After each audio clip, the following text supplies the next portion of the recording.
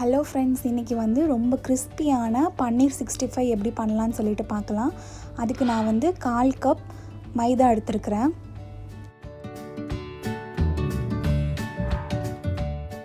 கால் cup சோள மாவு cornflour, அப்புறம் 1 டேபிள் ஸ்பூன் அரிசி மாவு,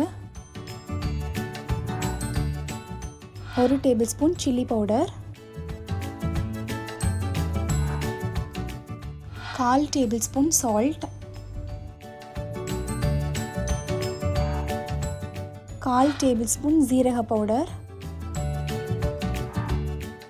அப்புறம் கொஞ்சமாக கருவேப்பிலை. அதை இந்த மாதிரி கொஞ்சமாக பிச்சு போட்டுக்கோங்க. அப்போ அந்த ஸ்மெல் கொஞ்சம் நல்லாயிருக்கும், அதுக்காக எடுத்துருக்கிறேன். இப்போ இது எல்லாத்தையும் நல்லா நம்ம வந்து மிக்ஸ் பண்ணி விட்டுடலாம்.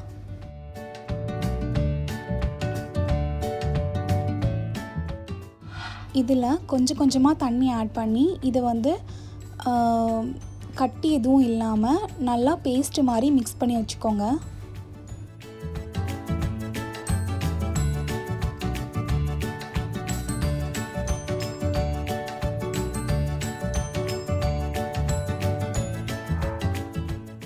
நெக்ஸ்ட்டு ஒரு 2 ட்ராப்ஸ் போல் நான் வந்து ஃபுட் கலர் ஆட் பண்ணுறேன். நீங்கள் வந்து வேணான்னா நீங்கள் வந்து ஆட் பண்ண வேணாம்.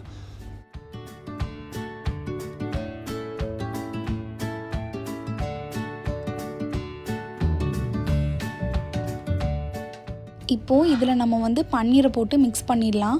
சால்ட்டு மட்டும் டேஸ்ட் பண்ணிக்கோங்க, கம்மியாக இருந்ததுன்னா கொஞ்சம் ஆட் பண்ணிக்கோங்க. பன்னீரை வந்து எவ்வளோ எடுத்துருக்கீங்களோ அது எல்லாமே நல்லா போட்டு நல்லா மிக்ஸ் பண்ணி வச்சுக்கோங்க.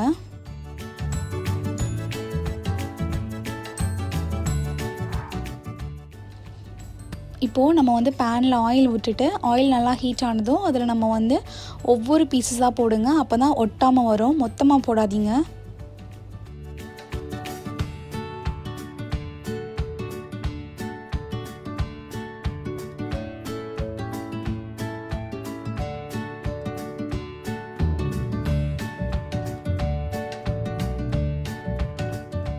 நல்லா வந்து முங்கி பொரியிற மாதிரி ஆயில் வச்சுக்கோங்க.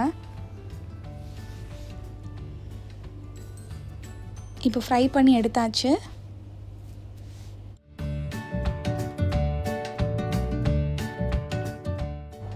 அதே மாதிரியே ஒன்று ஒன்றா எல்லாத்தையும் போட்டு எடுத்து வச்சுக்கோங்க.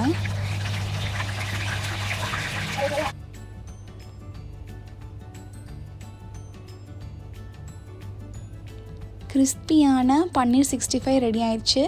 நம்ம ஹோட்டல்ஸில் சாப்பிட்ற மாதிரி அப்படியே வந்தது. ஸோ கண்டிப்பாக வீட்டில் வந்து ட்ரை பண்ணி பாருங்கள்.